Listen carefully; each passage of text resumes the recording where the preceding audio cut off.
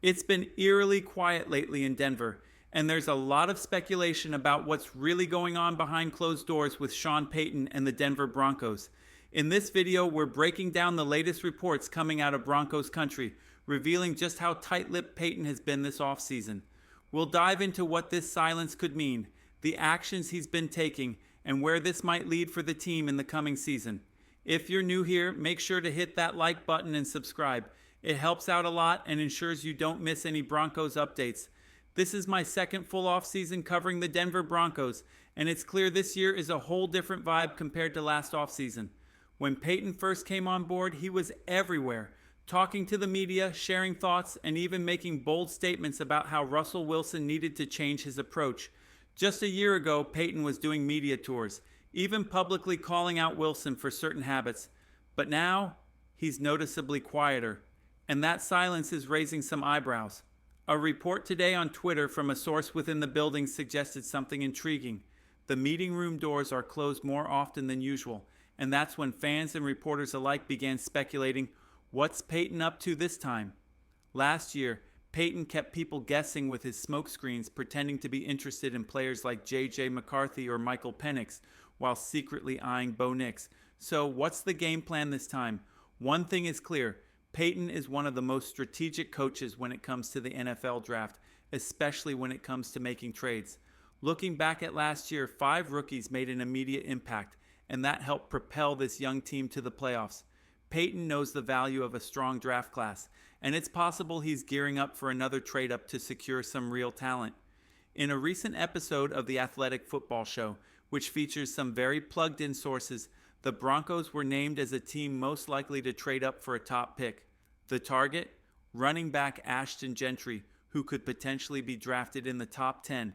If Denver moves up to snag him, that would be a major splash. The fit with the Broncos offense and their current quarterback situation could be something special. Honestly, I'd be all for it. I'd even go as far as pulling money from my own bank account to make it happen. And as for those of you listening at double speed, sorry, I know this might be coming at you fast. These reports coming from respected sources in the industry suggest that Payton is the most likely coach to make a big move in the draft. There's still plenty of cap space, and with the potential to bring in players like J.K. Dobbins or Dalvin Cook, Payton could be positioning the team for a big shakeup. So, what do you think? Would you be excited about the possibility of Denver trading up for Gentry? Do you think this move could happen? Drop your thoughts in the comments below. I'd love to hear your take. The Carolina Panthers, currently sitting at the 8th pick, have already made it clear they need significant help on the defensive side of the ball. With plenty of defensive talent expected to still be available at pick 20, trading back could be a real possibility for them. The Jacksonville Jaguars, now under a new regime, are also in need of help, so we could see either the 8th pick from the Panthers or the 9th pick from the Jaguars as prime opportunities for movement in the draft. Looking at how this draft is shaping up, and considering the performance of Shatter Sanders at his pro day today, I'm expecting big things.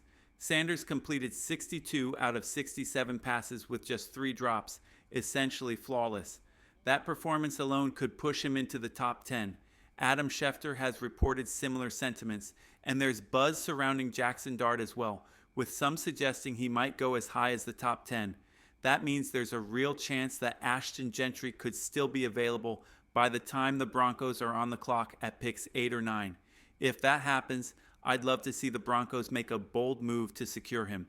Imagine trading your 2nd and 3rd round picks to guarantee you get Gentry and walk away with a generational talent at running back. How would that land with you? Would you be in favor of giving up those picks to secure a stud at running back, or is that too much to give up? I know it sounds like I'm playing Madden a little too much, but if we end up with a backfield featuring Gentry alongside Bo Nix, that could be absolutely electric. Meanwhile, Payton's silence has been deafening. He was spotted at the Colorado Buffaloes Pro Day, which could be nothing more than a quick 35-minute drive from his home.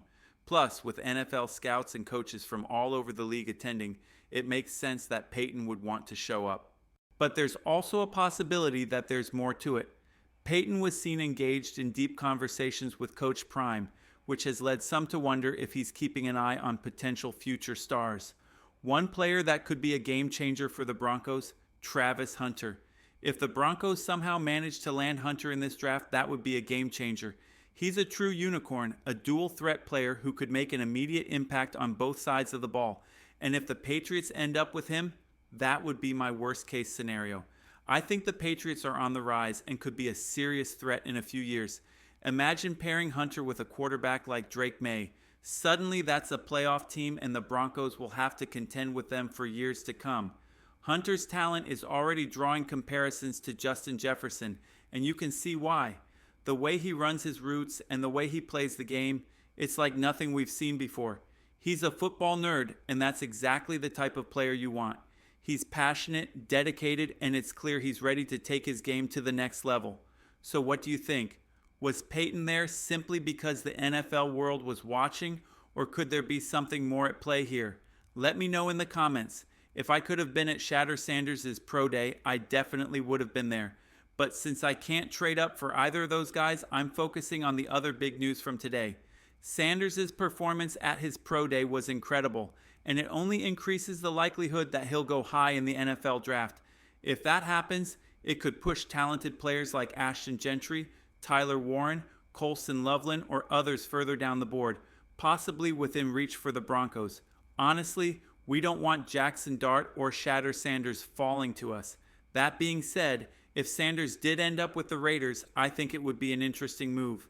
I believe he'll eventually be a good quarterback, but I'd love to see the Raiders stuck paying Geno Smith for the next few years while trying to develop Sanders.